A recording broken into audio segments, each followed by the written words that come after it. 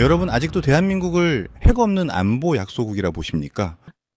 만약 우리가 마음만 먹으면 단 며칠 만에 전 세계를 굴복시킬 핵 괴물이 될 수 있다면 믿으시겠습니까? 강대국의 억눌린 서름은 끝났습니다. 2026년 현재 한국의 기술력은 이미 미국과 일본을 추월해 세계 정점에 섰습니다. 보유 중인 사용 후 핵연료 18,000톤, 여기서 쏟아질 핵탄두만 무려 2만 개입니다. 미국 전문가들은 한국이 빗장을 푸는 순간 인류는 통제 불능이라며 경악했고, 우리를 얕잡아 보던 중국조차 한국이 50년간 숨긴 기술에 전 세계가 떨고 있다며 비명을 지르고 있습니다. 강대국들을 벌벌 떨게 만든 대한민국 K핵 잠재력에 소름 돋는 실체, 그 속에 숨겨진 진짜 메시지를 지금 바로 공개합니다. 영상 시청 전 여러분의 구독과 좋아요, 알림 설정은 영상 제작에 아주 큰 힘이 됩니다. 제 이름은 이자벨라 모로입니다. 프랑스 대외안보총국 DGSE의 선임 분석관으로 일하고 있었습니다. 제 일은 핵무기와 핵기술을 추적하는 것이었습니다. 누가 핵을 가지고 있는지, 누가 손에 넣으려 하는지, 누가 숨기고 있는지를 분석하는 업무였습니다.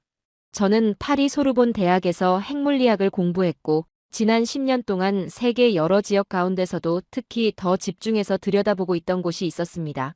바로 동북아시아였습니다. 저는 파리 DGSE 본부 건물 지하 깊은 곳에 앉아 있었습니다. 제 책상과 지상 사이에는 세 개의 보안 검색대가 놓여 있었습니다. 밖은 추웠을 겁니다. 저 위 어딘가에는 생강이 흐르고 있었고 겨울 햇살을 받으며 반짝이고 있었겠죠. 이곳에서는 볼 수 없었지만 그 강이 그 자리에 있다는 사실만큼은 알고 있었습니다. 저는 해가 뜨기도 전에 자리에 앉아 있었습니다. 컴퓨터 화면에는 실시간 영상이 흘러나오고 있었습니다. 스위스 제네바에서 긴급 청문회가 열리고 있었고 국제핵안보위원회가 주최한 자리였습니다. 화면 속 회의실은 넓고 격식을 갖춘 공간이었습니다. 긴 테이블과 마이크, 정장 차림의 참석자들이 자리하고 있었습니다. 앞자리에는 독일 관리 알렉산더 폰 슈테른이 앉아 있었습니다. 그는 이 위원회의 의장이었습니다. 그의 맞은편에는 유엔 군축사무국 부국장 마르쿠스 존이 앉아 있었습니다. 마르쿠스 존은 편안해 보이지 않았습니다. 몸은 꼿꼿하게 세워 앉아 있었지만 눈은 계속 움직이고 있었습니다. 알렉산더 폰 슈테른이 발언을 시작했습니다. 그의 목소리는 차분하고 절제되어 있었습니다. 오늘 자신이 다루고 싶은 사안은 매우 이상한 상황이라고 했습니다. 어떤 기준으로 보더라도 거의 똑같은 두 나라가 전혀 다른 방식으로 대우받고 있는 현실이라고 말했습니다. 그가 말한 두 나라는 일본과 한국이었습니다. 그는 사실을 하나씩 차분히 정리해 나갔습니다. 일본은 핵확산금지 조약에 서명했습니다. 일본에는 미군이 주둔해 있습니다. 일본은 국제원자력기구로부터 정기적인 사찰을 받고 있습니다. 그리고 1988년부터 일본은 사용 후 핵연료를 재처리하는 것을 자유롭게 허가받았습니다. 원자력 발전소에서 나온 폐연료를 화학적으로 처리해 플루토늄을 추출하는 작업이었습니다. 일본은 거의 40년 동안 이 작업을 이어왔습니다. 지금 이 순간 일본이 별도로 분리해 보관하고 있는 플루토늄은 약 47톤입니다. 핵탄두로 환산하면 47톤은 대략 6,000개를 만들 수 있는 양이었습니다.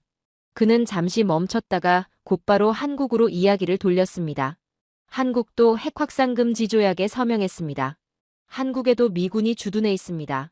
한국 역시 국제원자력기구의 정기 사찰을 받고 있습니다. 그러나 한국은 단 한 번도 사용 후 핵연료 재처리 허가를 받은 적이 없었습니다.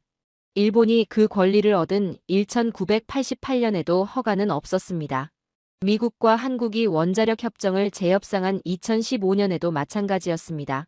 한국이 요청할 때마다 돌아온 답변은 늘 거절이었습니다.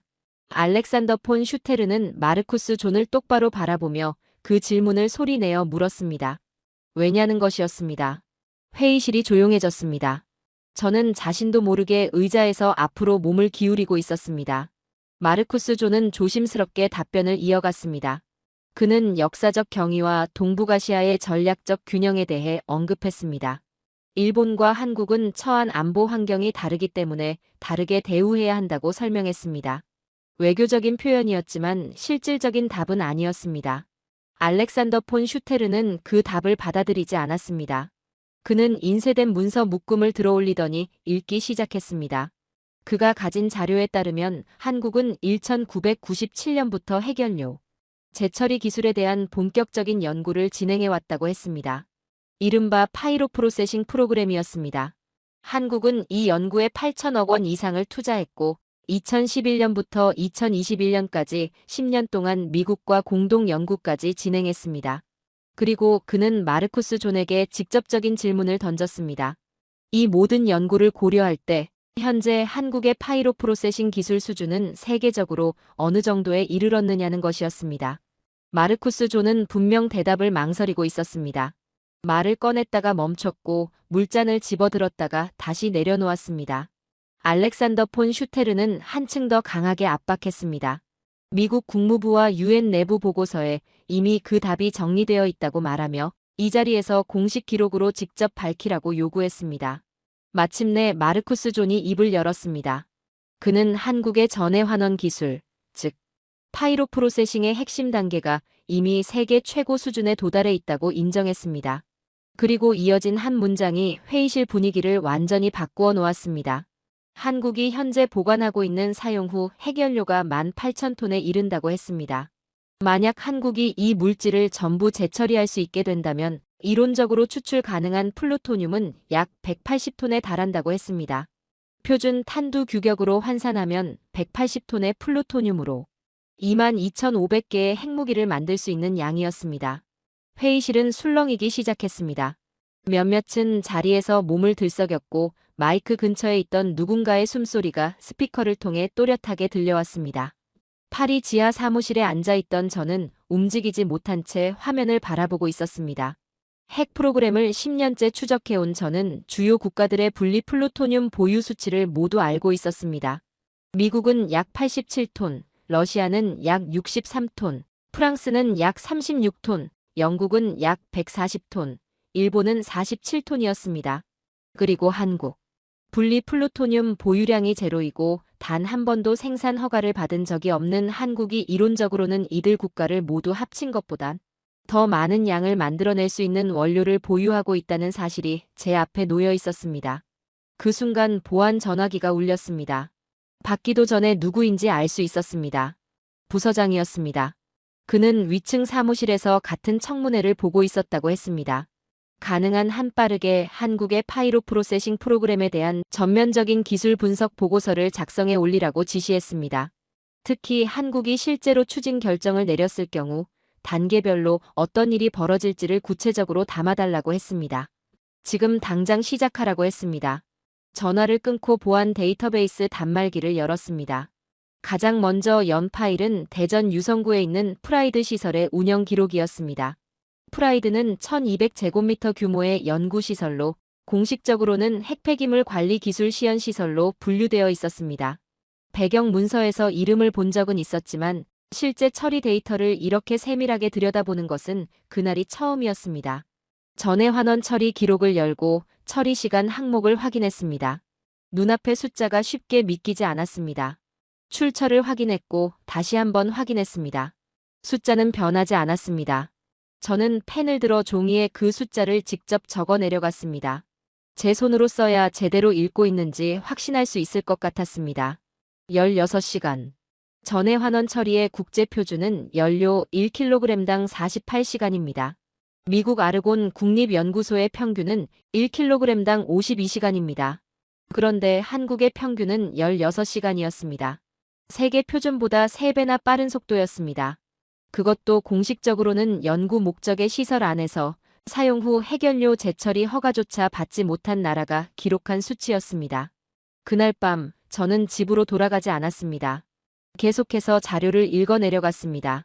저는 자리를 지킨 채 계속 자료를 들여다보고 있었습니다.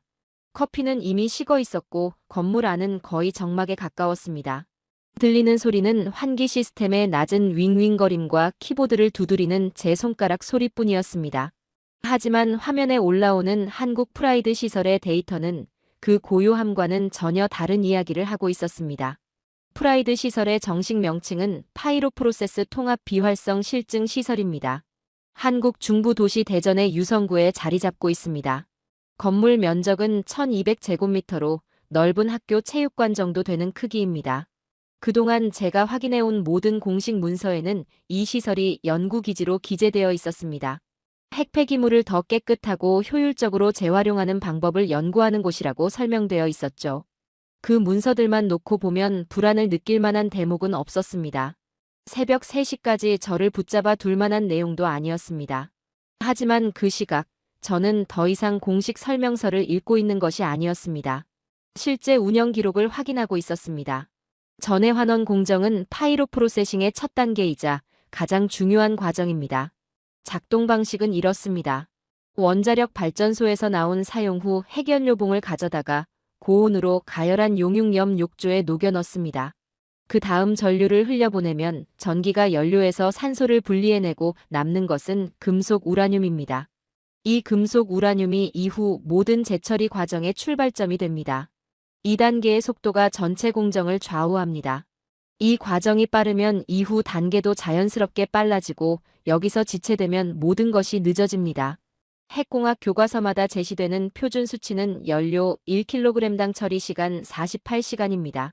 전 세계 대부분의 연구시설이 기준으로 삼는 수치입니다.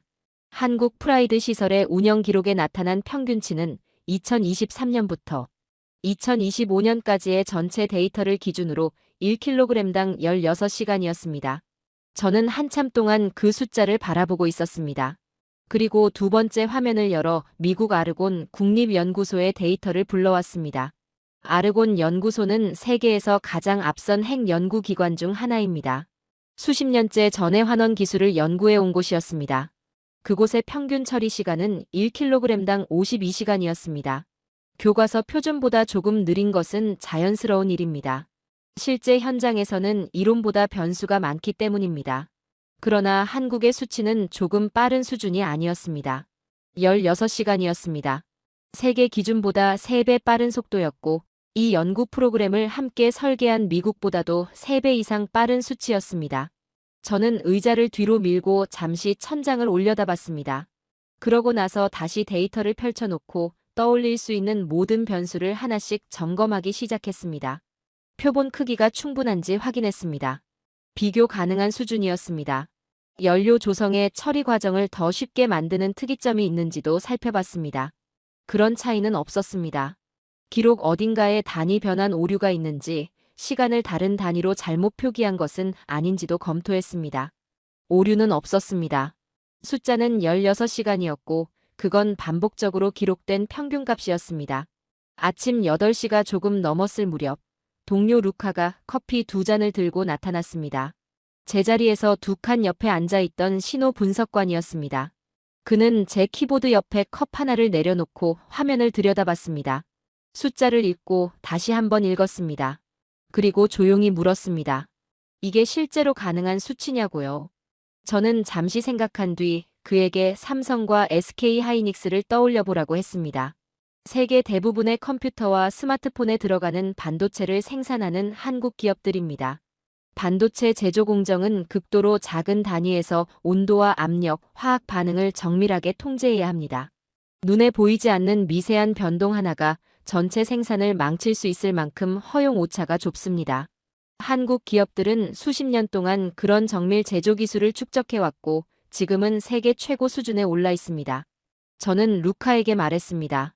그 엔지니어링 문화, 온도 하나에 집착하는 태도, 변수 하나라도 줄이려는 집념이 30년 동안 핵처리 용광로에 집중되었다면 어떤 결과가 나오겠느냐고요. 16시간이라는 수치는 하루아침에 나타난 결과가 아닙니다. 한 산업에서 축적된 정밀 기술이 다른 분야로 옮겨간 결과라고 보는 것이 자연스럽습니다. 루카는 천천히 고개를 끄덕이며 제 옆 빈 의자에 앉았습니다. 그리고 저는 파일의 다음 내용을 열어 보여주었습니다. 사실 16시간이라는 평균값이 이 문서에서 가장 중요한 숫자는 아니었기 때문입니다. 2011년부터 2021년까지 진행된 한미 공동 연구 보고서의 기밀 부록에는 차세대 공정에 대한 기술 예측이 담겨 있었습니다. 기존 전해환원 설비에 인공지능 온도 예측 모듈을 결합하는 계획이었습니다. 이 인공지능 시스템은 용융염 욕조를 실시간으로 감시하면서 가열 장치를 지속적으로 미세 조정해 사람이 일정하게 유지하기 어려운 수준의 정밀도로 온도를 안정시킬 수 있도록 설계되어 있었습니다. 예측에 따르면 차세대 시스템은 처리 시간을 다시 절반으로 줄여 1kg당 8시간까지 단축할 수 있다고 되어 있었습니다. 저는 루카에게 계산 과정을 단계별로 설명했습니다. 1kg당 8시간이라면 하루에 3kg을 처리할 수 있습니다. 한 달이면 90kg입니다. 1년이면 1000kg, 즉 1톤을 넘는 양입니다. 공식적으로는 연구 목적의 1200제곱미터 시설 하나에서 나오는 처리량입니다. 그 다음 저는 이 수치를 플루토늄 생산량으로 환산하기 시작했습니다. 부서장이 특히 요청한 부분이었기 때문입니다. 표준 파이로 프로세싱은 순수 플루토늄을 곧바로 생산하지 않습니다. 우라늄과 플루토늄, 기타 원소가 섞인 혼합 금속이 출력물로 나오고 이후 단계에서 플루토늄을 분리해낼 수 있습니다. 기록에 담긴 연료 조성 데이터를 바탕으로 계산해보니 8시간 처리 속도를 기준으로 할 경우 프라이드 시설 하나에서 한 달에 약 90kg의 플루토늄을 추출할 수 있는 물질이 생성됩니다. 핵탄두 하나에 필요한 플루토늄은 약 8kg입니다. 단순 계산만으로도 한 달에 11개의 탄두를 만들 수 있는 양이었습니다. 1년으로 환산하면 130개가 넘는 수치입니다. 루카는 한동안 아무 말도 하지 않았습니다. 그리고 저는 밤새 제 머릿속을 떠나지 않던 질문을 꺼냈습니다. 한국이 이런 기술력을 갖추고 있었다면 10년 동안 공동 연구를 진행한 미국은 왜 그 속도를 정확히 예측하지 못했을까 하는 점이었습니다. 2021년 공동 연구 프로그램 종료 시점에 미국 에너지부가 제출한 최종 평가 문서를 다시 불러왔습니다. 그 문서는 한국의 파이로 프로세싱 기술이 계획대로 발전하고 있으며 상업 규모의 역량은 2030년 이전에는 확보되지 않을 것이라고 결론 내리고 있었습니다. 차분하고 절제된 평가였습니다. 상황을 통제하고 있다고 확신하는 문장이었습니다. 그러나 한국은 2025년에 그 역량에 도달했습니다. 미국의 예상보다 5년 앞선 시점이었습니다. 같은 시설을 함께 보며 연구한 공동 프로그램이 수년 동안 잘못된 결론을 내리고 있었던 셈입니다. 저는 그 사실을 메모에 적고 2줄을 그어 강조했습니다. 점심시간이 지났지만 건물 밖으로 나가지 않았습니다. 화면을 넘기며 계속해서 자료를 읽어 내려갔습니다. 아침이 되었을 때 저는 중간 보고서를 작성하기에 충분한 자료를 확보한 상태였습니다. 밤새 정리한 수치와 분석 내용을 문서로 묶어 출력한 뒤 파일에 넣었습니다. 그리고 복도를 따라 부서장 사무실로 걸어갔습니다. 그의 이름은 중요하지 않습니다.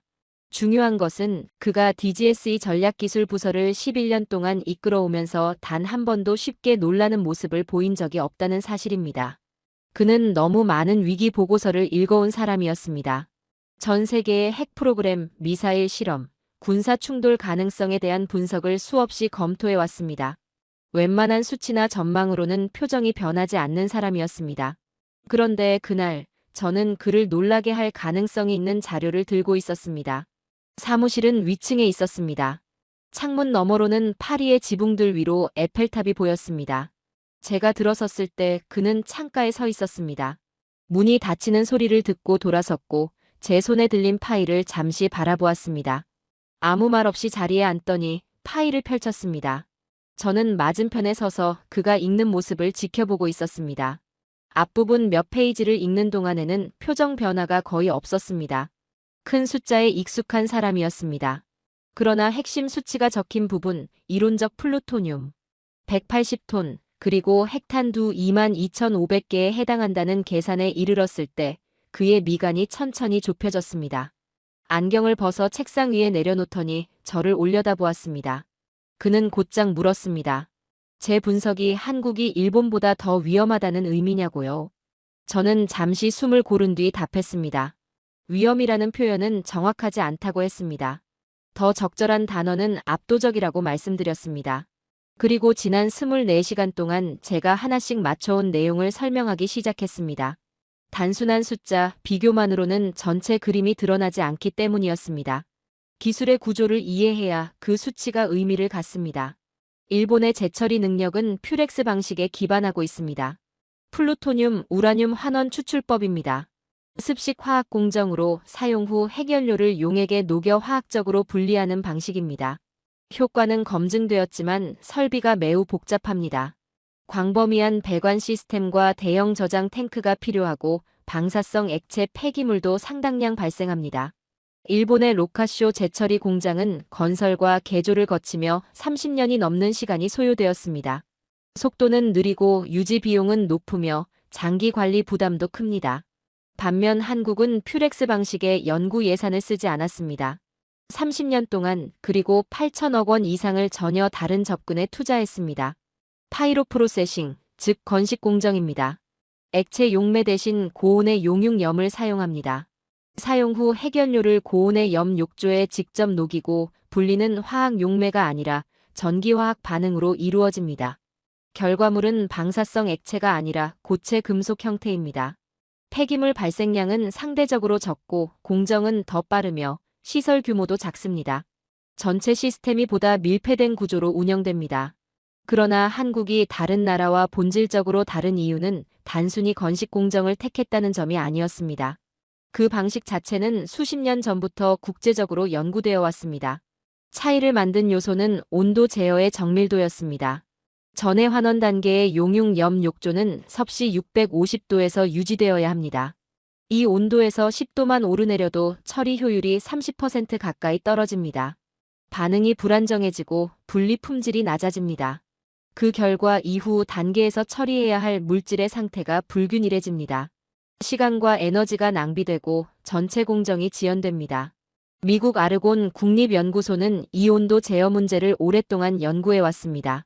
상당한 진전을 이뤘지만 상업 규모에서 이상적인 수준의 정밀도를 지속적으로 유지하는 데는 아직 이르지 못했습니다. 한국은 그 문제를 해결했습니다. 해결책은 예상과 다른 분야에서 나왔습니다. 한국은 세계 최고 수준의 반도체 제조 국가입니다. 삼성과 같은 기업들은 수십 년 동안 대규모 생산 시설에서 온도를 극도로 정밀하게 제어하는 기술을 발전시켜왔습니다. 반도체 생산에서는 허용 오차가 매우 좁습니다. 온도 변화가 몇 분의 1도만 발생해도 제품 전체가 불량 처리될 수 있습니다. 한국의 핵공학자들은 그 유도 가열 제어 기술을 파이로 프로세싱 용광로에 적용했습니다. 그 결과 독자적인 유도 가열 시스템이 완성되었습니다. 이 시스템은 용융염 욕조를 섭씨 650도에서 플러스 마이너스 0.5도 범위로 유지합니다. 10도가 아니라 0.5도 이내의 편차입니다. 이 안정성이 바로 16시간이라는 처리 시간을 가능하게 한 핵심 요인이었습니다. 프라이드 시설의 운영 기록이 아르곤 연구소의 데이터와 세대 차이를 보이는 이유도 여기에 있습니다. 저는 두 번째 기술 요소에 대해서도 설명했습니다. 전해 환원 이후에는 금속 우라늄을 다른 금속과 분리하는 단계가 이어집니다. 이때 사용되는 것이 음극, 즉 우라늄을 선택적으로 모으는 전극입니다. 일반적으로는 고체 음극이 사용되지만 한국 프라이드 시설은 카드뮴 금속으로 만든 액체 음극을 채택했습니다. 이 기술은 용융 금속을 대규모로 다뤄온 한국 철강 기업의 경험을 바탕으로 개발되었습니다. 액체 카드뮴 음극 시스템의 우라늄 분리 효율은 99.2%입니다. 기존 고체 음극의 95에서 97%와 비교하면 차이는 작아 보입니다. 그러나 18,000톤 규모의 사용 후 해결료를 처리하는 상황에서는 회수되는 총량에서 큰 격차를 만듭니다. 설명을 마치자 부서장은 안경을 다시 쓰고 물었습니다. 미국과 한국의 원자력 협정이 종료된다면 어떤 일이 벌어지겠느냐고요? 한국이 자발적으로 탈퇴하든 미국이 정치적 이유로 철수하든 상관없이 말이었습니다. 저는 보고서 15페이지를 펼쳤습니다. 시나리오 분석을 정리한 부분이었습니다. 첫 번째 시나리오는 한국이 단독으로 협정 탈퇴를 결정하는 경우입니다. 북한의 도발이 감내할 수 없는 수준을 넘었을 때 가능성이 높습니다. 또 다른 핵실험이나 직접적인 군사적 타격, 기존 억제 체계를 무력화하는 능력의 실증이 계기가 될 수 있습니다. 정치적 결단이 내려지면 기술적 준비는 이미 끝난 상태입니다. 최초의 플루토늄 추출은 석 달 안에 가능하고 최초 핵장치는 그로부터 6개월 안에 제작될 수 있습니다. 두 번째 시나리오는 서방이 이를 관리 가능한 범위로 수용하는 경우입니다. 동북아시아에서 더 큰 전략적 위협을 중국의 팽창으로 판단할 경우 한국의 잠재적 핵 역량을 억제 수단으로 인정하는 방향으로 정책이 바뀔 수 있습니다. 이 경우 협정 재협상을 통해 재처리 권한이 합법적으로 부여됩니다. 일본이 1988년부터 운영해온 체계와 유사한 방식입니다. 한국은 투명한 절차 속에서 분리 플루토늄을 축적하게 되고 10년 안에 현재 목록에 있는 어느 나라보다 많은 양을 보유하게 됩니다. 부서장은 잠시 침묵한 뒤 말했습니다. 어느 시나리오든 지역 파장은 같을 것이라고요. 저도 동의했습니다. 한국이 어떤 경로로든 핵 보유 능력을 향해 움직이면 일본은 반응할 것입니다. 일본은 이미 47톤의 분리 플루토늄을 보유하고 있고 산업 기반도 갖추고 있습니다. 대응 시간은 몇 년이 아니라 몇 달입니다. 일본이 움직이면 다음으로는 대만과 베트남이 변수로 떠오를 가능성도 있습니다. 기술 장벽은 낮아졌고 남아있는 것은 정치적 판단입니다. 부서장은 파일을 덮으며 48시간 안에 최종 보고서를 제출하라고 지시했습니다. 보고서는 엘리제궁 국가안보보좌관에게 직접 전달될 예정이라고 했습니다. 시나리오 분석과 구체적인 일정까지 포함하라고 강조했습니다. 저는 파일을 들고 사무실로 돌아왔습니다. 화면에는 여전히 프라이드 시설의 처리 기록이 떠 있었습니다. 대전의 섭씨 650도 용융염 욕조는 그 순간에도 가동 중이었습니다. 자리에 앉아 최종 보고서를 쓰기 시작했습니다. 저는 DGSE 자료실로 내려갔습니다. 평소 근무하던 사무실보다 한층 더 아래, 건물의 최하층에 위치한 공간이었습니다. 바닥에서 천장까지 이어진 선반마다 오래된 파일들이 빼곡히 정리되어 있었습니다. 서류철에 담긴 문서도 있었고 골판지 상자에 보관된 기록도 있었으며 세월이 지나 누렇게 변한 비닐 커버에 밀봉된 자료도 있었습니다. 자료실 특유의 서늘하고 건조한 공기, 오래된 종이와 먼지가 섞인 냄새가 공간을 채우고 있었습니다. 창문은 없었습니다. 들리는 소리라고는 천장 환기구를 통해 공기를 밀어넣는 장치의 일정한 기계음뿐이었습니다. 저는 현재 상황과 직접적으로 연결된 최신 자료를 찾으러 온 것이 아니었습니다. 이 이야기의 출발점을 찾으러 내려온 것이었습니다. 기술의 역사보다 정치의 역사를 확인하고 싶었습니다. 한국이 어떻게 지금의 위치에 이르게 되었는지, 18,000톤의 사용 후 핵연료와 세계 최고 수준의 파이로 프로세싱 기술을 보유하면서도 단 1g의 연료도 재처리하지 못한 채 여기까지 오게 된 과정을 이해하고 싶었습니다. 그 답은 1974년 파일 속에 있었습니다. 1974년의 한국은 지금과 전혀 다른 나라였습니다. 여전히 개발도상국이었고 안보를 미국에 크게 의존하고 있었으며 북한과의 경계선에는 미군이 주둔해 있었습니다. 냉전은 한창이었고 북한은 무장한 채 적대적인 태도를 유지하고 있었습니다. 그리고 그해 인도가 핵장치를 폭발시켰습니다. 민간 원자로에서 추출한 플루토늄을 사용한 실험이었습니다. 그 사건은 인근 국가들에게 분명한 메시지를 남겼습니다. 민간 핵기술과 무기급 물질은 분리된 개념이 아니며 연결고리는 현실이 될 수 있다는 사실이었습니다. 당시 한국 대통령은 박정희였습니다. 그는 분단된 한반도의 안보 환경을 냉정하게 바라보고 있었습니다. 소련과 중국의 지원을 받는 북한, 그리고 미국의 안보 보장에 의존할 수밖에 없는 구조. 그는 한국이 스스로를 방어할 수 있어야 한다고 판단했습니다. 그 결론은 독자적인 무기급 핵분열 물질 생산 능력이 필요하다는 쪽으로 이어졌습니다. 계획은 프랑스에서 핵 재처리 시설을 도입하는 것이었습니다. 당시 프랑스는 상업적 재처리 산업을 실제로 운영하고 있던 몇 안 되는 국가 중 하나였고 관련 기업들은 기술 이전에도 적극적인 태도를 보이고 있었습니다. 협상은 실제로 진행되었고 계약 체결이 눈앞에 다가와 있었습니다. 그때 미국이 개입했습니다.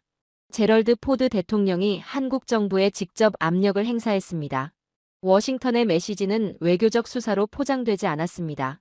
한국이 프랑스와의 재처리 계약을 강행할 경우 한반도에서 미군 철수를 시작하겠다는 것이었습니다.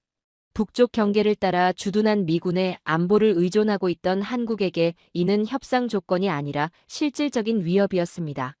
1975년 1월 한국은 결국 프랑스와의 계약을 취소했습니다. 재처리 시설 도입은 무산되었고 관련 프로그램도 중단되었습니다. 저는 그 파일을 한동안 손에 쥔 채 생각에 잠겼습니다. 1975년과 2026년 사이에는 50년의 시간이 놓여 있었습니다. 50년 전 미국은 군사적 압박으로 한국의 재처리 기술 확보를 막았습니다. 그리고 지금 한국은 세계에서 가장 앞선 파이로 프로세싱 기술을 보유하고 있습니다. 미국과의 원자력 협력 협정이 허용하는 범위 안에서 개발된 기술이었습니다. 금지는 기술 개발을 멈추게 하지 못했습니다. 다만 방향을 바꾸어 놓았을 뿐이었습니다. 저는 선반에서 1988년 미일 원자력 협정 문서를 꺼내 1975년 한국 관련 문서와 나란히 놓고 읽었습니다. 차이는 분명했습니다. 1988년 미국은 일본에 포괄적이고 장기적인 사용 후 핵연료 재처리 권한을 부여했습니다. 일본은 재처리 때마다 미국의 개별 승인을 받을 필요가 없었습니다. 그 권한을 바탕으로 로카쇼 재처리 공장을 건설했고 현재 47톤의 분리 플루토늄을 축적하게 되었습니다. 한국은 같은 대우를 받지 못했습니다. 2015년 한미 원자력 협력 협정이 재협상될 때도 한국은 재처리 권한을 요청했지만 답은 여전히 거절이었습니다. 대신 제시된 것은 파이로 프로세싱 공동 연구의 확대였습니다. 협력 연구와 데이터 공유, 기술 자문이 포함된 방식이었습니다. 한국은 그 조건을 받아들였습니다. 선택의 폭이 넓지 않았기 때문이었습니다. 그러나 미국이 충분히 고려하지 못한 부분이 있었습니다. 한국이 그 연구 접근 기회를 어떻게 활용할 것인지에 대한 부분이었습니다. 공동 프로그램은 2011년부터 2021년까지 10년 동안 이어졌습니다. 양국 연구진은 같은 시설에서 함께 일했고 데이터를 공유했습니다. 미국은 한국의 개발 속도를 관리 가능한 범위 안에 두고 있다고 판단했습니다. 프로그램 종료 시점의 내부 평가는 한국이 2030년 이전에는 상업 규모의 파이로 프로세싱 역량에 도달하지 못할 것이라고 결론 내렸습니다. 그러나 실제 결과는 달랐습니다. 한국은 공동 연구를 통해 전해 환원 기술의 핵심을 깊이 이해했고 여기에 자국 산업의 강점을 결합했습니다. 삼성의 정밀 제조 기술, 포스코의 용융 금속 처리 기술, 그리고 한국원자력연구원이 30년 동안 축적해온 기관의 연구 역량이 더해졌습니다. 그 결합이 미국이 예상하지 못한 처리 속도와 온도 제어 정밀도를 만들어냈습니다. 아이러니는 분명했습니다. 미국은 50년 동안 한국이 독자적인 핵연료 주기 역량을 갖추는 것을 막으려 했습니다. 1975년에는 군사적 압박으로 이후에는 협정 재협상을 통해 제도적으로 제한했습니다. 그리고 기술 개발을 관리한다는 취지로 운영된 10년짜리 공동 연구 프로그램은 한국이 미국의 예상보다 5해 앞서 목표 수준에 도달하는 결과로 마무리되었습니다. 모든 제약은 우회로를 만들었습니다. 닫힌 문은 다른 길을 찾게 했습니다. 재처리 금지는 플루토늄을 추출할 수 없다는 의미였지만 그 추출 공정을 얼마나 효율적으로 만들 수 있는지까지는 제한하지 못했습니다. 한국은 그 공정을 누구보다 정밀하게 다듬었습니다. 제약은 집중을 만들었고 집중은 역량을 완성했습니다. 저는 1974년과 1975년 파일을 다시 선반에 꽂았습니다. 불을 끄기 전 잠시 자료실에 서 있었습니다. 50년 동안 상황을 통제하고 있다고 믿었던 정치적 결정들이 결국 전혀 다른 형태의 결과를 만들어냈다는 사실이 머릿속을 스쳤습니다. 그 결과는 이미 거의 완성 단계에 이르렀지만 아직 공식적으로 선언되지 않았을 뿐이었습니다. 저는 위층으로 올라가 다시 보고서를 이어서 작성했습니다. 2월 12일, 저는 최종 보고서의 마지막 페이지를 정리하며 책상에 앉아 있었습니다. 사무실 한쪽 구석에는 텔레비전이 켜져 있었습니다. 누군가 밀라노 동계올림픽 중계를 보려고 켜놓고 그대로 둔 것이었습니다. 저는 거의 신경을 쓰지 않은 채 제가 쓴 문장을 다시 읽으며 숫자를 확인하고 표현을 다듬고 있었습니다. 그러다 화면에 한 장면이 잡혔고 저는 타이핑을 멈췄습니다. 최가은이라는 17살 한국 선수가 스노보드 하프파이프 결승 경기를 펼치고 있었습니다. 하프파이프는 눈 속에 파놓은 거대한 U자형 구조물입니다. 선수는 꼭대기에서 내려와 한쪽 경사를 타고 내려가다가 끝에서 공중으로 솟구쳐 기술을 펼치고 다시 경사면의 착지의 반대쪽으로 올라가 또 도약합니다. 높은 기술적 정밀함과 신체 제어력, 그리고 파이프의 곡선을 순간적으로 읽어내는 판단력이 동시에 요구되는 종목이었습니다. 최가은은 첫 번째 주행에서 넘어졌습니다. 크게 넘어졌습니다. 파이프 안을 길게 미끄러져 내려간 뒤에야 멈추는 낙하였습니다. 결승까지 올라온 선수가 그런 낙하를 겪으면 대부분은 두 번째 주행에서 난이도를 낮춥니다. 가장 어려운 기술을 빼고 실수 없이 완주하는 것을 목표로 삼습니다. 하지만 최가은은 그렇게 하지 않았습니다. 일어나서 다시 파이프 꼭대기로 올라갔고 두 번째 주행에서 가장 어려운 기술들을 모두 시도했습니다. 점수판에 숫자가 올라왔을 때 그녀는 금메달을 따고 있었습니다. 해설자는 지나가듯 한마디를 덧붙였습니다. 한국에는 스노보드 하프파이프 전용 훈련 시설이 거의 없다고 했습니다. 국가대표 전용 훈련 파이프도 없다고 했습니다. 최가은은 대부분 제한된 환경에서 기술을 쌓아왔다고 설명했습니다. 미국, 일본, 캐나다, 유럽 선수들이 자연스럽게 누리는 인프라 없이 준비해왔다는 이야기였습니다. 저는 펜을 내려놓았습니다. 지난 8해 동안 저는 파이로 프로세싱 기술과 온도 제어 시스템, 플루토늄 생산량 계산, 그리고 50년에 걸친 정치적 결정의 흐름 속에 묻혀 있었습니다. 그런데 지금 화면에서는 제대로 된 훈련 시설도 없이 준비한 17살 선수가 올림픽 금메달을 따고 있었습니다. 두 장면 사이의 연결이 너무 분명해서 외면할 수 없었습니다. 30년 동안 한국은 재처리 시설을 갖지 못했습니다. 다른 주요 핵 보유국들은 모두 대규모 재처리 인프라를 운영해왔습니다. 미국에는 사바나리버가 있었고 프랑스에는 라하그가 있었으며 영국에는 셀라필드가 있었습니다. 일본은 로카쇼 재처리 공장을 건설했습니다. 한국에는 1200제곱미터 규모의 실증시설 하나와 세밀하게 규정된 한계선 안에서만 허용된 연구 권한이 있었습니다. 인프라 없이 기술을 쌓았습니다. 그 결과가 0.5도의 온도 제어, 16시간의 처리 속도, 99.2%의 분리 효율이었습니다. 그날 저녁, 저는 루카와 저녁을 함께 했습니다. 그는 이 조사를 시작한 이후 줄곧 맴돌기만 하던 질문을 마침내 꺼냈습니다. 한국은 기술을 가지고 있고 18,000톤의 원료도 보유하고 있습니다. 북한은 핵무기를 보유하고 있고 실험도 계속하고 있습니다. 위협은 분명하고 오랜 시간 지속되어 왔습니다. 그런데 왜 한국은 그 역량을 실제로 사용하지 않느냐는 것이었습니다. 저는 8일 전 프라이드 시설 기록을 처음 열었을 때부터 이 질문을 스스로에게 던지고 있었습니다. 이제는 비교적 분명한 답을 말할 수 있었습니다. 1992년 남북한은 한반도 비핵화 공동선언에 함께 서명했습니다. 핵무기를 생산하지 않고 실험하지 않으며 배치하지 않겠다는 합의였습니다. 북한은 그 약속을 여러 차례 어겼습니다. 핵실험을 강행했고 미사일을 시험했으며 스스로를 핵무장 국가라고 선언했습니다. 그러나 한국은 같은 방식으로 대응하지 않았습니다. 북한이 새로운 실험을 할 때마다 한국 여론은 핵무장을 요구하는 방향으로 기울었지만 정부는 그 선을 넘지 않았습니다. 이 선택은 소극적인 태도가 아니었습니다. 현실적인 비용을 감수하는 전략적 판단이었습니다. 자체 핵억제력 없이 직접적인 핵위협 아래에 놓이는 부담을 감수하겠다는 결정이었습니다. 한국은 국제 핵질서에서 이탈하는 것보다 그 비용을 감수하는 길을 선택해왔습니다. 하지만 이 선택은 단순히 도덕적 선언이 아니었습니다. 전략적 계산이기도 했습니다. 그리고 그 계산은 하나의 전제 위에 서 있습니다. 역량이 실제로 존재해야 한다는 점입니다.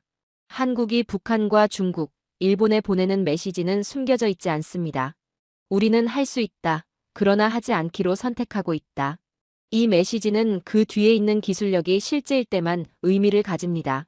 만들 수 없는 나라의 자제는 아무런 무게가 없습니다. 그러나 명백히 만들 수 있는 나라가 만들지 않기로 선택할 때 그 자제는 또 다른 형태의 힘이 됩니다. 이미 배치된 무기는 즉각적인 대응과 확전을 촉발할 수 있습니다. 반면 검증된 역량이 행사되지 않은 채 남아있을 경우 그것은 모든 협상과 외교, 군사적 계산의 배경으로 작용합니다. 동북아시아에서 한국의 위치는 바로 그 간격 위에 서 있습니다. 할 수 있는 것과 하지 않기로 선택한 것 사이의 간격입니다. 대전의 섭씨 650도 용융염 욕조는 그 물리적 토대입니다. 16시간의 처리 속도는 그 역량을 수치로 입증합니다. 그리고 30년 동안 협정을 위반하는 방식으로 단 1g의 플루토늄도 추출하지 않았다는 기록이 자재의 신뢰를 만들어냅니다. 전략이 유지되기 위해서는 두 조건이 동시에 충족되어야 합니다. 한국은 30년 동안 그 두 가지를 함께 쌓아왔습니다. 저는 저녁을 마치고 사무실로 돌아왔습니다. 보고서에는 마지막 단락이 필요했습니다. 자리에 앉아 천천히 문장을 정리했습니다. 그날 밤 저는 보고서를 쓰면서도 자꾸 최가은의 두 번째 주행을 떠올렸습니다. 넘어졌지만 난이도를 낮추지 않았고 가장 어려운 기술을 다시 시도했던 장면이었습니다. 50년의 제약 속에서 세계 최고 수준의 기술을 만들어낸 나라, 그리고 그 기술을 가지고도 쓰지 않기로 선택한 나라. 저는 그동안 한국을 분석 대상, 계산 가능한 변수로만 바라보고 있었습니다.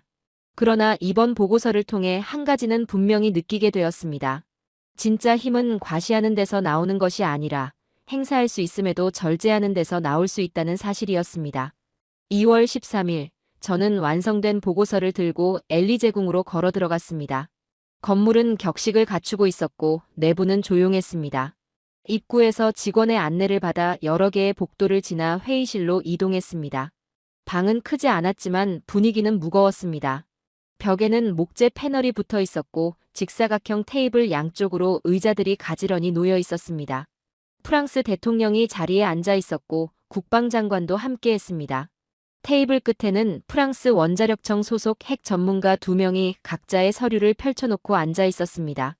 저는 테이블 상석에 서서 보고를 시작했습니다. 한국은 이미 핵탄두 1000개를 넘어서는 전력에 상응하는 잠재적 역량을 보유하고 있다고 설명했습니다. 그리고 곧바로 표현을 정정했습니다. 보다 정확하게 말하면 현재의 재처리 관련 법적 제한이 해제되고 충분한 시간이 주어진다면 한국은 22,500개 이상의 탄두에 사용할 물질을 생산할 수 있는 검증된 기술 능력을 보유하고 있다고 말씀드렸습니다. 대전의 프라이드 시설은 면적이 1200제곱미터에 불과합니다. 규모는 작지만 그 안에 집적된 기술의 밀도는 세계 어느 유사 시설과 비교해도 뒤지지 않습니다. 한국이 기존 기술을 바탕으로 상업 규모의 재처리 시설을 건설할 경우 현재 보유한 사용 후 핵연료에서 이론적 최대치인 180톤의 플루토늄을 10년 안에 추출할 수 있습니다. 그 양은 영국과 프랑스의 분리 플루토늄 보유량을 합친 것보다 많습니다. 국방장관이 직접 물었습니다. 한국이 실제로 핵무기를 만들겠느냐는 질문이었습니다. 저는 데이터에 근거해 답했습니다. 30년에 걸친 파이로 프로세싱 연구 기간 동안 한국은 국제협정을 위반하는 방식으로 플루토늄을 단 1g도 추출하지 않았습니다. 단 1g도 없습니다. 국제원자력기구의 모든 사찰을 이상 없이 통과했고 모든 측정치는 신고된 연구 활동과 일치했습니다. 30년간의 이행 기록은 일관되게 유지되었습니다. 역량은 분명히 존재하고 동시에 자재 역시 분명히 존재한다고 말씀드렸습니다. 그리고 한 가지 구분을 강조했습니다. 일본의 47톤 분리 플루토늄은 눈에 보이는 재고입니다. 저장 상태로 존재하고 측정 가능하며 비교적 직접적으로 안보 계산에 반영할 수 있습니다. 반면 한국의 파이로 프로세싱 기술은 재고가 아니라 생산 능력입니다. 고정된 상한선이 없는 잠재력입니다. 비축량은 숫자로 셀 수 있지만 생산 역량은 정치적 결정에 따라 달라집니다. 아직 내려지지 않은 선택이 그 규모를 결정합니다. 저는 그것을 도시 아래 놓인 지질 구조에 비유했습니다. 겉으로 드러나지 않지만 전체 구조를 지탱하는 기반과 같다고 설명했습니다. 핵 전문가 중 한 명이 프랑스가 한국의 전략적 위상을 어떻게 재평가해야 하느냐고 물었습니다. 저는 가장 중요한 변화는 관점이라고 답했습니다. 한국을 더 이상 외부 강대국의 안보 보장에 의존하는 국가로만 분석해서는 안 된다고 했습니다. 한국은 주어진 제약 안에서 독자적인 전략 억제력의 기술적 토대를 구축했습니다. 실제로 무기화를 선택하든 그렇지 않든 그 토대 자체는 이미 존재합니다. 그리고 그 사실이 영내 모든 전략적 계산의 전제를 바꾸고 있다고 설명했습니다. 보고가 끝났습니다. 대통령은 짧게 감사를 표했고 저는 파일을 정리해 다시 같은 복도를 따라 나왔습니다. 보고서는 기밀 문서 체계 안으로 들어갔습니다. 추가 요청이 없다면 당분간 다시 열어볼 일은 없을 것입니다. 지하철을 타고 DGSE 건물 방향으로 향하다가 저는 생각을 바꿔 한 정거장 먼저 내렸습니다. 나머지는 강을 따라 걸었습니다. 저녁 공기가 차갑고 맑았습니다. 에펠탑은 어둠을 배경으로 불을 밝히고 있었고 센강은 제 방 아래로 조용히 흐르고 있었습니다. 보고서의 마지막 줄이 떠올랐습니다. 50년 동안 미국은 한국이 독자적인 핵연료 주기 역량을 갖추지 못하도록 막으려 했다. 그러나 역설적으로 그 50년은 한국에게 세계 최고 수준의 기술을 완성할 시간과 압력을 제공했다. 한국의 핵 잠재력은 동북아시아에서 가장 크고 동시에 가장 조용한 전략 자산이다. 대전의 프라이드 시설은 지금도 가동 중입니다. 용융 염욕조는 섭씨 650도에서 0.5도 오차 범위로 유지되고 있습니다. 전해 환원 기록에는 지금 이 순간에도 킬로그램당 16시간이라는 처리 시간이 쌓이고 있을 것입니다. 파리에서 보고서가 기밀 보관함에 들어갔다고 해서 그 공정이 멈추는 일은 없습니다. 한국 밖의 어떤 정부가 이 정보를 어떻게 활용하든 기술은 그 자리에 남아 계속 작동합니다. 한국은 핵무기를 보유하지 않았습니다. 그러나 역량은 완성했고 그 적용은 의도적으로 보류해 왔습니다. 30년 동안 이어진 선택이 지금의 위치를 만들었습니다. 저는 이번 보고서를 통해 한 가지를 분명히 깨달았습니다. 제약은 반드시 약점이 되는 것은 아니라는 점입니다. 때로는 제약이 집중을 만들고 그 집중이 더 단단한 힘을 만들어냅니다. 그리고 진짜 힘은 언제 사용하느냐보다 언제 사용하지 않느냐에 달려있을지도 모른다는 사실을 말입니다. 저는 강을 따라 천천히 걸으며 집으로 향했습니다. 내일이면 다시 책상에 앉아 또 다른 파일을 열게 될 것입니다. 하지만 이번 보고서는 오래 기억에 남을 것 같았습니다. 오늘의 사연은 여기까지입니다. 세계를 호령하는 반도체 공정의 그 지독한 정밀함이 이제는 핵연료 재처리 용광로 속으로 옮겨갔습니다. 50년 전 프랑스와의 계약을 가로막았던 미국의 압박은 오히려 한국에게 누구도 흉내낼 수 없는 독자적인 길을 찾게 만들었습니다. 일본이 가진 47톤의 플루토늄이 눈에 보이는 칼이라면 대한민국이 축적한 1만 8천 톤의 원료와 세계 최고의 처리 기술은 언제든 수만 개의 칼을 벼려낼 수 있는 보이지 않는 거대한 대장간일지도 모릅니다. 할 수 없어서 하지 않는 것과 할 수 있음에도 하지 않는 것은 본질적으로 다릅니다. 대전 유성의 650도 용융염 욕조는 지금 이 순간에도 소리 없이 끓고 있습니다. 과연 이 침묵의 힘은 언제까지 유지될까요? 그리고 이 봉인이 풀리는 날, 동북아의 질서는 어떻게 재편될까요? 여러분의 생각을 댓글로 남겨주세요. 시청해주셔서 감사합니다.